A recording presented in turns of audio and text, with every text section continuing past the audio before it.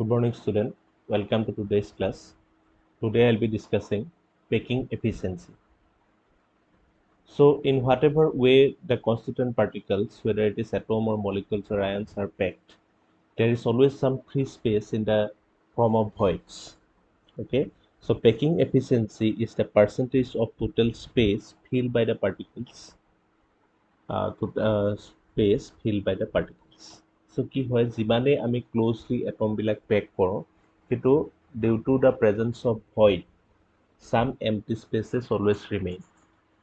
বুজি পালানে যে যিমানেই তুমি ক্লোজলি পেক কৰিবা তাৰ মাজত অলপ অলপ খালী জেগা সদায় কি হৈ থাকি যায় কি কাৰণে due to voids আৰু এটা ক্ৰিষ্টেলৰ কিমান পাৰ্চেণ্ট স্ফিয়াৰে অকুপাই কৰিলে বা কনষ্টিটুৱেণ্ট পাৰ্টিকলছে অকুপাই কৰিলে সেই বস্তুটোকে আমি কি বুলি কওঁ পেকিং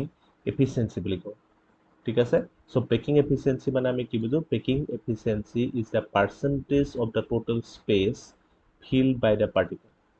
টোটেল স্পেচ মানে কি হয় যিটো আমাৰ ক্ৰিষ্টেল থাকে সেই ক্ৰিষ্টেলটো এটা ডাঙৰ ক্ৰিষ্টেল এটা থাকিব সেই ক্ৰিষ্টেলটো কিমান পাৰ্চেণ্ট এটমবিলাকে অকুপাই কৰি ৰাখিলে সেইটোকে আমি ক'ম কি পেকিং এফিচিয়েঞ্চি যদি ভইডবিলাক সৰু হয় তেতিয়াহ'লে কি হ'ব পেকিং এফিচিয়েঞ্চিটো বেছি হ'ব তাৰমানে খালী জেগা কম আছে বেছিকৈ পেকড হৈ আছে বেছিখিনি পাৰ্চেণ্টেজ কি হৈ আছে এটমেই অকুপাই কৰি আছে পেকিং এফিচিয়েঞ্চি বেছি হ'ব আৰু যদি আমাৰ মাজত থকা ভইডছবিলাক ডাঙৰ ডাঙৰ হয় খালী জেগা বেছিকৈ আছে তাৰমানে কি হ'ব কম পাৰ্চেণ্ট অফ দ্য ক্ৰিষ্টেলহে a small percent of small portion of the crystal is occupied by the atoms and in such cases কি হ'ব আমাৰ যেটো পেকিং এফিচিয়েঞ্চি সেই পেকিং এফিচিয়েঞ্চিটো কি হ'ব লো হ'ব আৰু পেকিং এফিচিয়েঞ্চিটো আমি উলিয়াম কেনেকৈ যিকোনো ধৰণৰ এটা এটমৰ যিকোনো ধৰণৰ ক্ৰিষ্টেলৰ কাৰণে পেকিং এফিচিয়েঞ্চি সদায় কেনেকৈ উলিওৱা হয় চোৱা volume occupied by the unit cell divided by total volume of the volume occupied by the spheres divided by total volume of the cell multiplied by 100 ইয়াত 4 spheres দিছো মই ওভাৰঅল বুলি ক'লে কি বুজিম যে ভলিউম অকুপাইড বাই স্ফিয়াৰ্স যিমানটা sphere আছে এটমটোত ওপৰত আহিব কি volume occupied by the spheres in the unit cell divided by total volume of the unit cell multiplied by 100 so packing efficiency ৰ simple formula কি ভলিউম অকুপাইড বাই স্ফিয়াৰ্স ইয়াত 4 sphere দিছে কাৰণ এইটো আমি FCC কথা ভাবি আছো ওভাৰঅল ক'বলৈ গ'লে কি হ'ব যে packing efficiency equal to volume occupied by spheres in the unit cell যিমানটা থাকক BCC ক্ষেত্ৰত দুটা থাকিব FCC ক্ষেত্ৰত চাৰিটা থাকিব ধৰণে so' volume occupied by the spheres in the unit cell divided by total volume of the unit cell multiplied by 100 so' আমি যিকোনো এটা ক্ৰিষ্টেলৰ কাৰণে যেতিয়া আমাক পেকিং এফিচিয়েঞ্চি উলিয়াবলৈ দিব যিকোনো এটা ইউনিট চেলৰ কাৰণে আমাক যেতিয়া পেকিং এফিচিয়েঞ্চি উলিয়াবলৈ দিব আমি কি কৰিম প্ৰথম যে তাত কিমানটা স্ফিয়াৰ আছে উলিয়াই ল'ম আৰু সেই স্ফিয়াৰখিনিৰ টোটেল ভলিউম কিমান আমি উলিয়াম এটা ইউনিট চেলত ডিভাইডেড বাই সেই ইউনিট চেলটোৰ ভলিউম কিমান আছে উলিয়াম আৰু সেই ৰেচিঅ'টোক আমি কি কৰিম 100 যদি মাল্টিপ্লাই কৰি দিওঁ তেতিয়াহ'লে আমি কি পাম পেকিং এফিচিয়েঞ্চিটো আমি পাম ঠিক আছে প্ৰথম আমি পেকিং এফিচিয়েঞ্চি চাম এটা চিম্পল কিউব ঠিক আছে packing efficiency of A simple cube আমি কেনেকৈ উলিয়াইছোঁ এতিয়া প্ৰথম কথা হ'ল কি যে চিম্পল কিউবিক ইউনিট চেলত কিমানটা এটম থাকে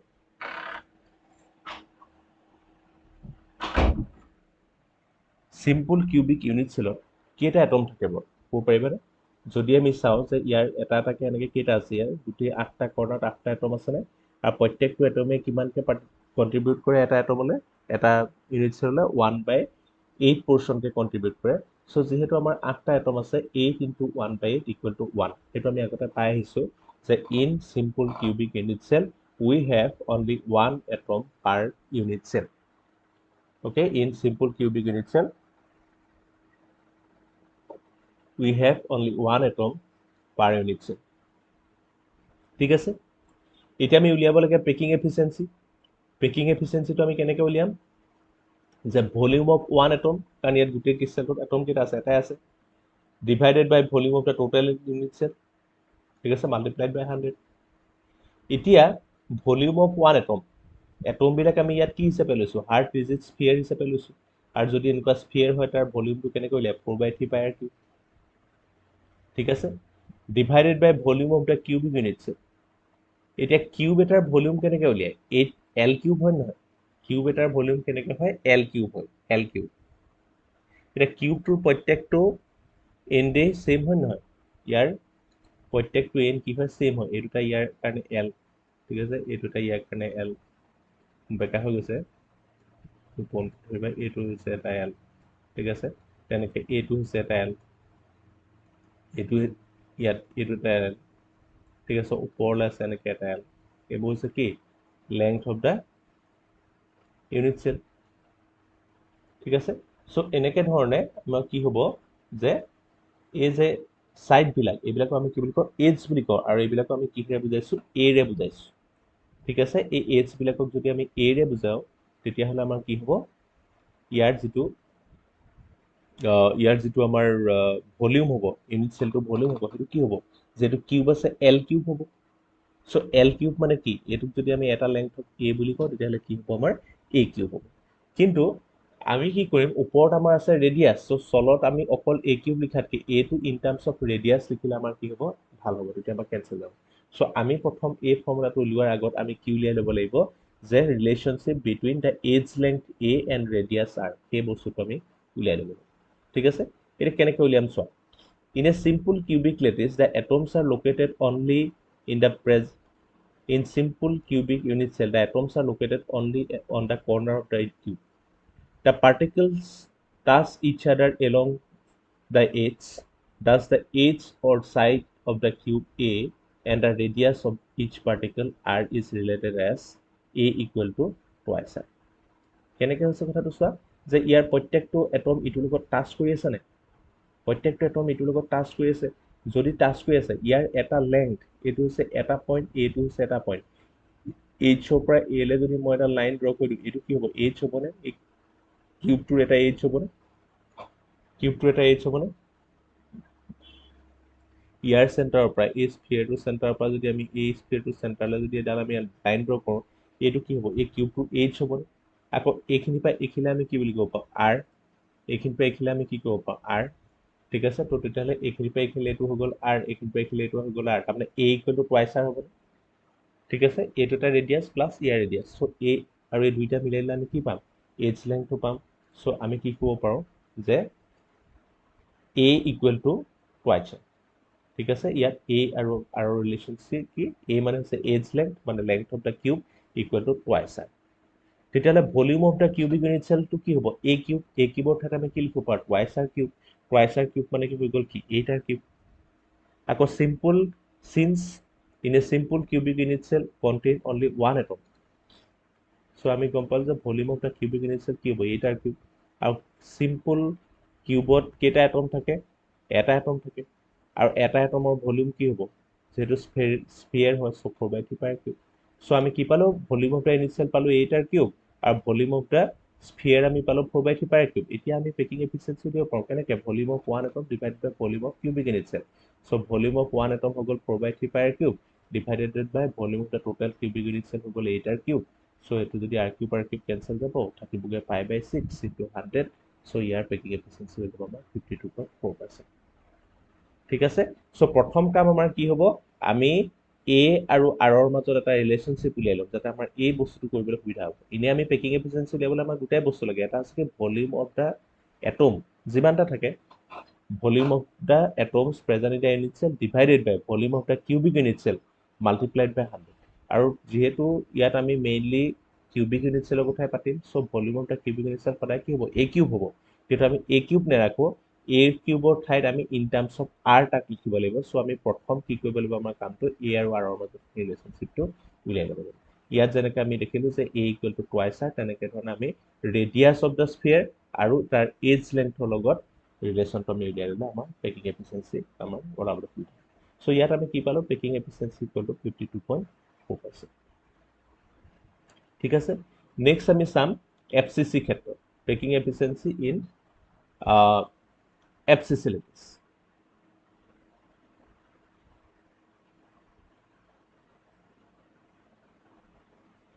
অ'কে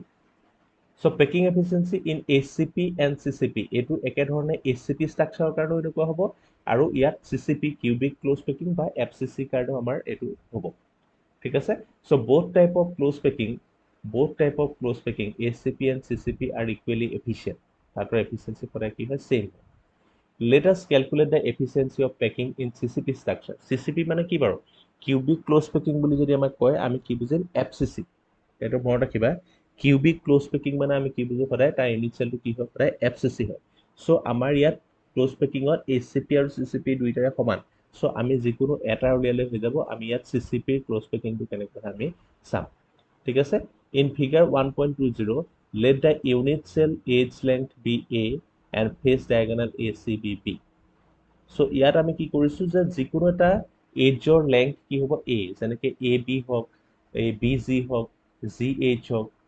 EF হওক HE হওক ED হওক EC হওক BC হওক বা AD হওক বা AB হওক এইবিলাক হৈছে কি হতৰ H আৰু এই H টোৰ লেংথটো আমি কি বুলি ধৰি লৈছো A বুলি ধৰি লৈছো আৰু বডিত এটা ফেস ডায়াগোনাল লৈছো সেইটো হৈছে কি AC এইডাল দেখিছে না ডট ডট লাইন দি দেখুৱা আছে এইডাল হৈছে ফেস ডায়াগোনাল AC এতিয়া যদি আমাৰ এইটো ফেস সেন্টাৰ কিউবিক লেটিস হয় গোটেইবোৰ স্ফিয়াৰ আঁকি দিলে বস্তুটো কমপ্লেক্স হৈ যাবৰ কাৰণে মই ইয়াত অকল তিনটাহে মেইনলি অঁকা হৈছে এইটো হৈছে এইটো কৰ্ণাৰ থকা এটমটো এইটো হৈছে এই কৰ্ণাৰত থকা এটমটো এইটো হৈছে এটা কৰ্ণাৰত থকা এটম এইটো হৈছে সি কৰ্ণাৰত থকা এটম ঠিক আছে আৰু এইটো হৈছে ফেছত থকা এটম ফেস সেন্টাৰত কি হয় প্ৰত্যেকটো ফেছত এটা থাকে না এইটো হৈছে ফেছত থকা এটম তেতিয়াহ'লে এই কৰ্ণাৰত থকা এটমটো এই কৰ্ণাৰত থকা এটমটো আৰু একেবাৰে সাইডৰ সি কৰ্ণাৰত থকা এটমটো আৰু লগতে ফেছত থকা এটমটো তিনিটা কন্টেক্টত থাকিব নে বাৰু তিনিটা ডাইৰেক্টলি কি হৈ থাকিব কন্টেক্টত থাকিব ঠিক আছে কোনকেইটা এ কৰ্ণাৰত থকাটো একেবাৰে লাষ্টৰ সি কৰ্ণাৰত থকাটো আৰু মাজত থকা ফেস সেন্টাৰটো এই তিনিটা আমাৰ কি হ'ব একেবাৰে কিহত থাকিব কন্টেক্টত থাকিব ঠিক আছে এতিয়া আমি চাম যে ফৰ্ম দা ট্ৰায়াঙ্গল ABC মানে কোনটো বুজি পাইছেনে A B C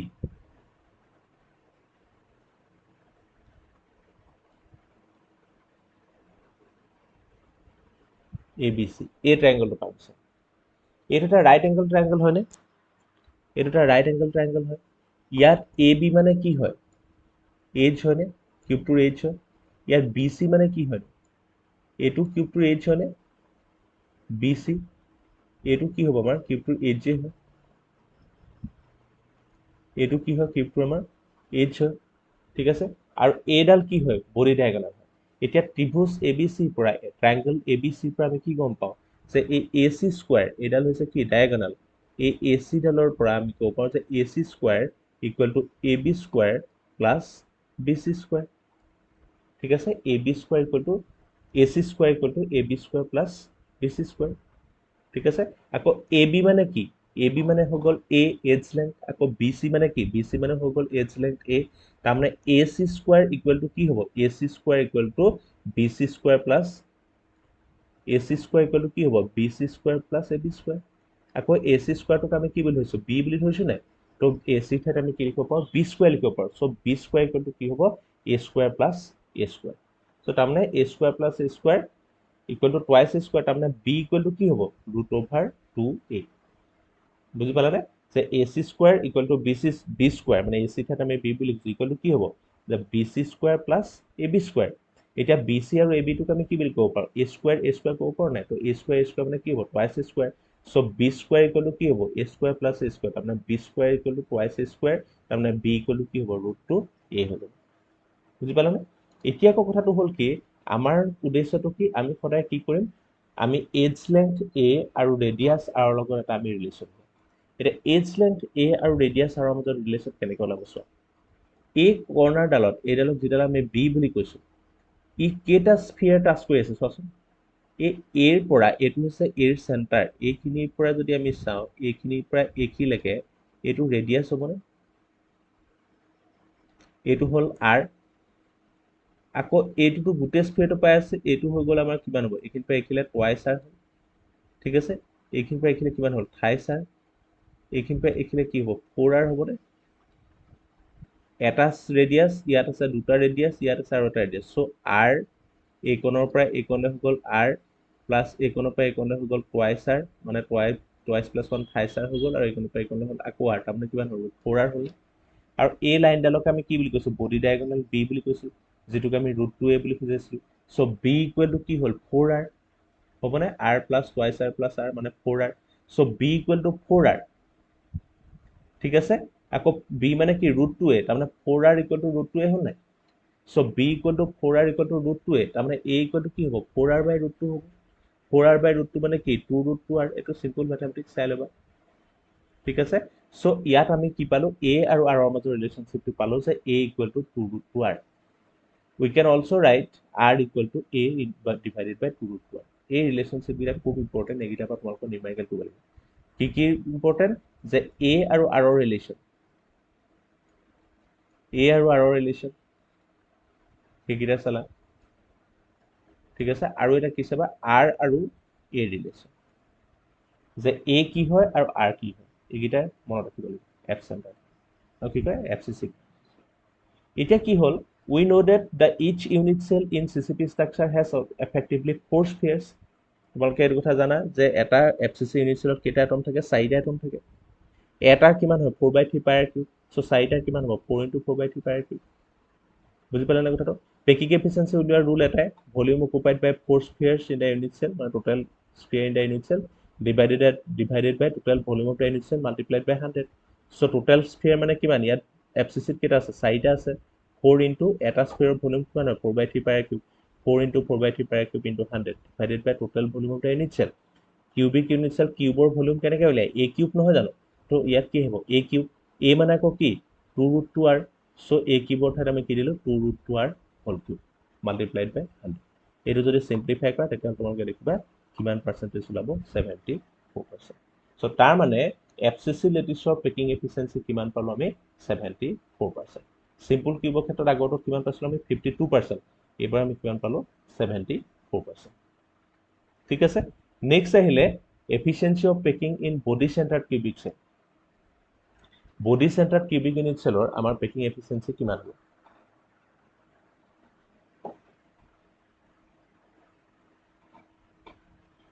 so it is clear that the atom at the center will be in touch with other two atoms diagonally arranged এতিয়া বডি সেন্টাৰ্ড কিউবিক লেটিছত কি হয় তোমালোকে জানা যে এনেকৈ ধৰণে 8টা কৰ্নাৰ 8টা এটম আছে ঠিক আছে আৰু ইয়াত কি হয় বডি সেন্টাৰত যেটো এটম আছে সেই বডি সেন্টাৰত থকা এটমটো এটো ঠিক আছে এই যেটো বডি সেন্টাৰত যেটো এটম আছে এই বডি সেন্টাৰত থকা এটমটো ইয়াত কৰ্নাৰত থকা এটম কিটাৰ লগত কি হৈ থাকে ইন টাচ থাকে এই এ কৰ্নাৰত যেটো এটম আছে আৰু এই সাইডৰ কৰ্নাৰ এটো এফ কৰ্নাৰত যেটো এটম আছে এই এটমটোৰ লগত এই বডিত থকা এটমটো বডি সেন্টাৰটো কি হৈ থাকে টাচ হৈ থাকে বুজি পালা না কথাটো সো বডি সেন্টাৰত কিউবিক ইউনিট সেল যেতিয়া আমি আঁকিম তেতিয়া কি হ'ব যে যেটো কৰ্নাৰত থকা যেটো এটম সেই কৰ্নাৰত থকা এটম দুটাৰ লগত আমাৰ সেন্টাৰত থকা এটমটো সদায় কি হৈ থাকে টাচ হৈ থাকে তেতিয়া হলে কি হ'ব এতিয়া আমি কি কৰিম আমি গুটেবিলাক নামবিলাক দি ললো প্ৰথম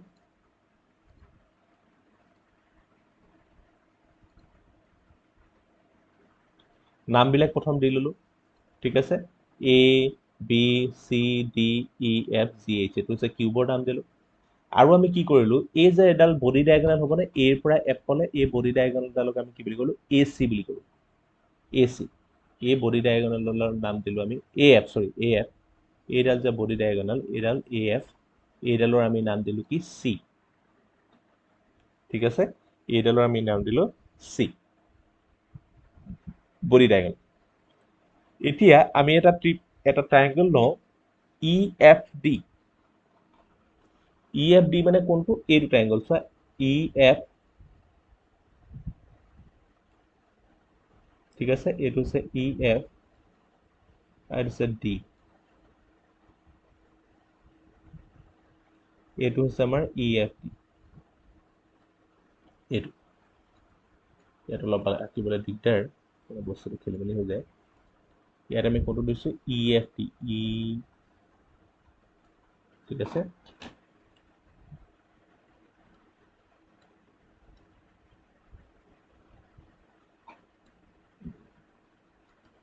EFD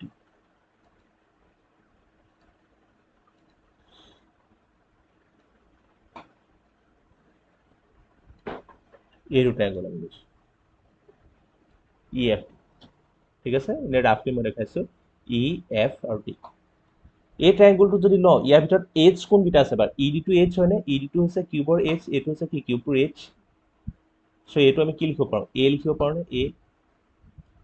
আৰু কি হয় এই EF টো এটা h হয় নে কিউবটোৰ h হয় তো ইয়াকো আমি কি লিখিব পাৰো a লিখিব পাৰো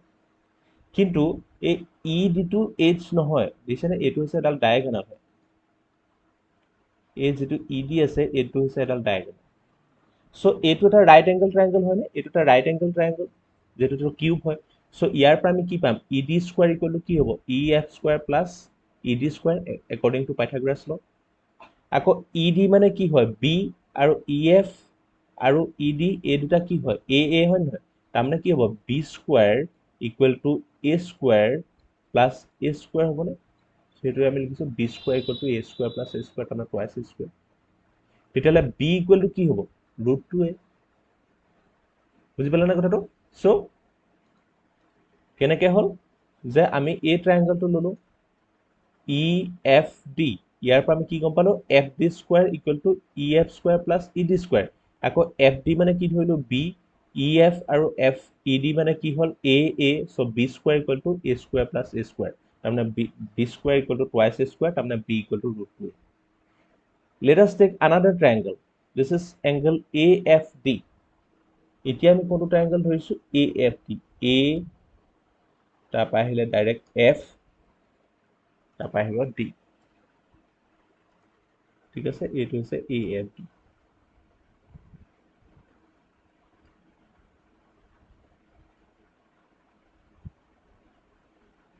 এইটো হৈছে আমাৰ AFD